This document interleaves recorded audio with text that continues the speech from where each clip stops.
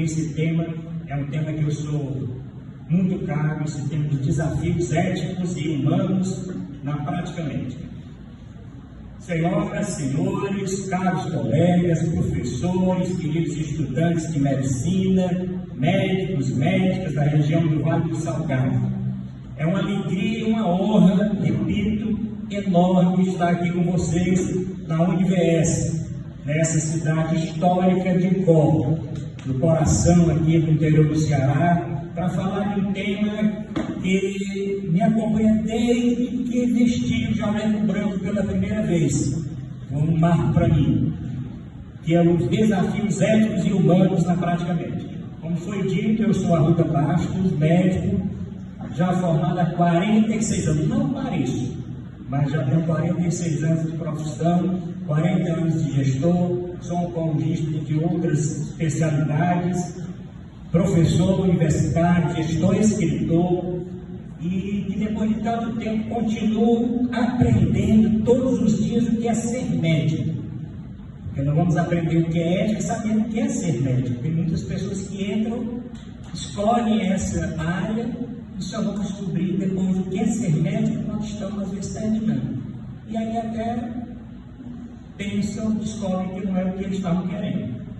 A medicina, meus amigos, é uma das poucas profissões que nos coloca frente a frente com os mistérios da vida, ao mesmo tempo com o limite da condição humana e com o nascimento. Ser médico é mais do que ter um diploma, um registro no Conselho Regional de Medicina. É carregar uma responsabilidade que começa quando alguém nos confia a sua dor, a sua esperança e a sua vida. Isso é que é ser médico.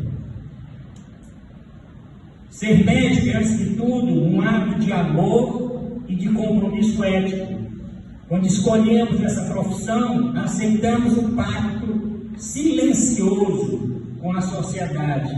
Um pacto que nos pede competência, nos pede também compaixão, nos pede técnica, mas também sensibilidade.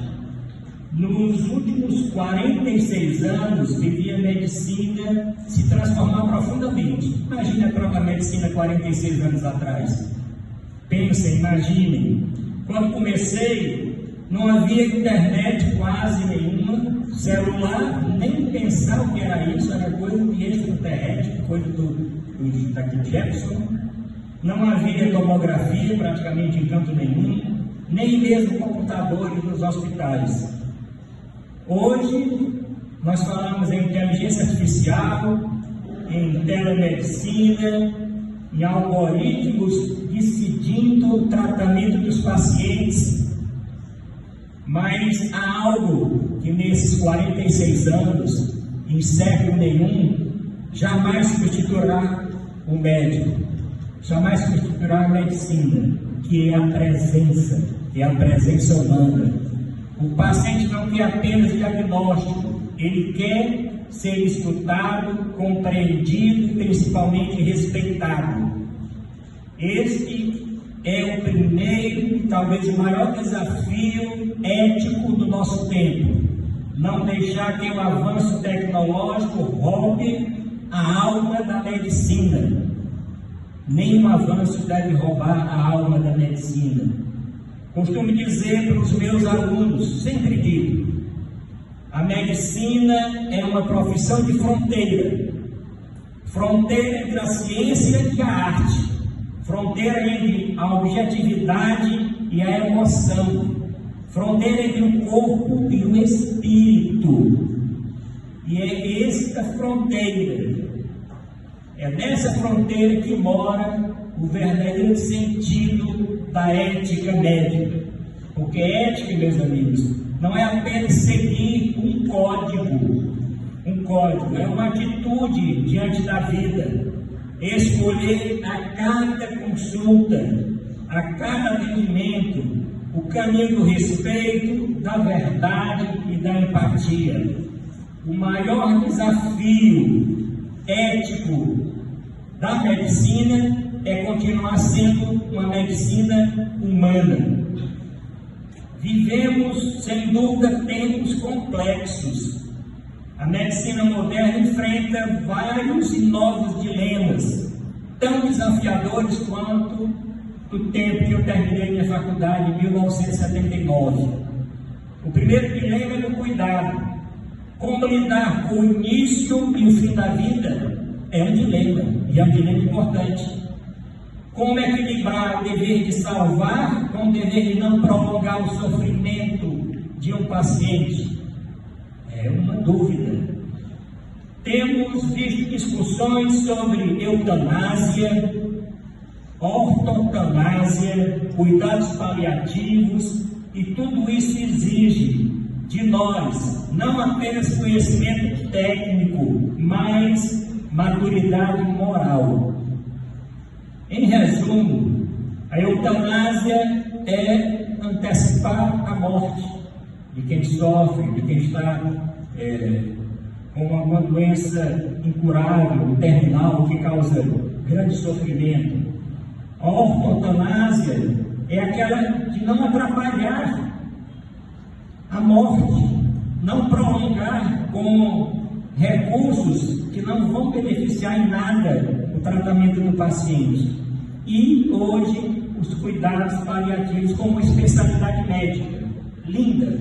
Eu sei que muitos aqui vão se formar e vão fazer a sua residência em cuidados paliativos, que é cuidar da vida até que ela chegue ao final, de forma a não causar sofrimento nem para a família e nem para o paciente.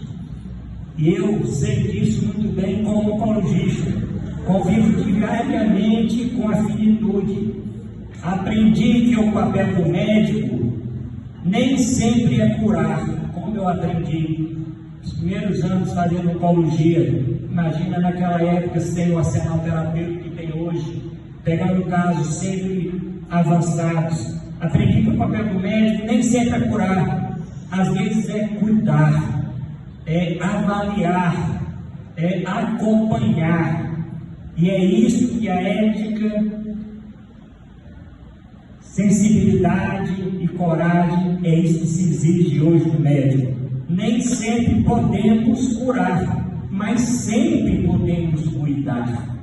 E eu conheço, infelizmente, muitos profissionais que só cuidam quando acham que vão ter sucesso naquele tratamento e depois desistem do paciente. E não devem desistir, porque o paciente, nem sempre nós temos condição de curar, mas temos sempre, até o fim, condição de cuidar. O segundo dilema é da relação médico-paciente. Vivemos num mundo de pressa, de protocolos, de consultas cronometradas, de atendimentos rápidos, mas a confiança, esse elo sagrado, só nasce da escuta e da atenção. E quando o médico perde o tempo da escuta, ele perde a essência da profissão. A ética também está nas relações dentro das equipes, do respeito aos colegas, aos outros profissionais, os enfermeiros, os fisioterapeutas, os técnicos, os estudantes. O assédio, o autoritarismo, a prepotência são feridas éticas que corroem o ambiente da saúde. O terceiro dilema é a imagem pública do médico. Eu sei que muitos aqui devem ter preocupação com isso e pensar nisso. Vivemos sob o olhar constante das redes sociais. É preciso lembrar que o jaleco continua sendo símbolo de confiança. Cada postagem, cada palavra, cada comentário, cada conteúdo, cada foto, cada vídeo precisa carregar consciência do que representa socialmente isso para o estudante, para o profissional de saúde, para o médico.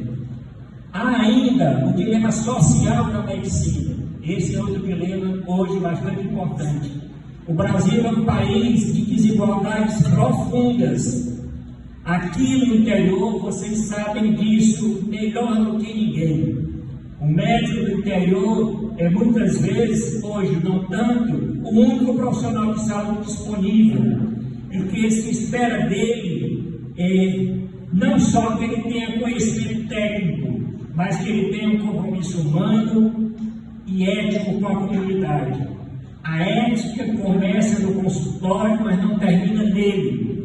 Ela se estende às políticas públicas, à gestão e à forma como cuidamos da sociedade. Como ex-secretário de saúde por 2 gestões, como secretário executivo da saúde que fui, como superintendente da Escola de Saúde Pública, diretor de dezenas e dezenas de hospitais de alta complexidade durante a minha vida de gestor, eu posso afirmar: gestão pública também é um ato ético.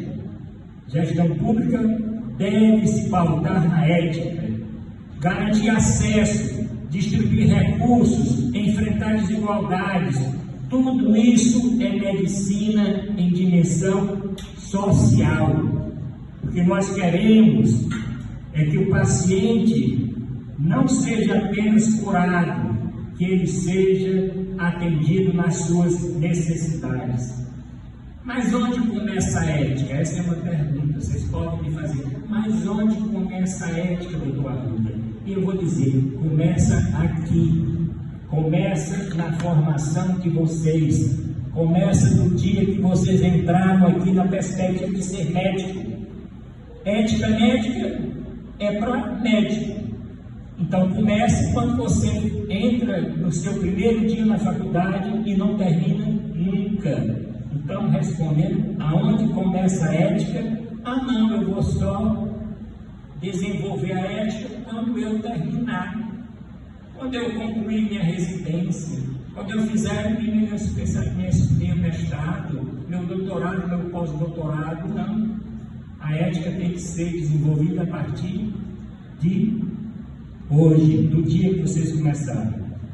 E aqui falo aos meus queridos estudantes: a faculdade é o espaço onde vocês não apenas aprendem a diagnosticar doenças, mas onde devem aprender a olhar o ser humano na sua totalidade.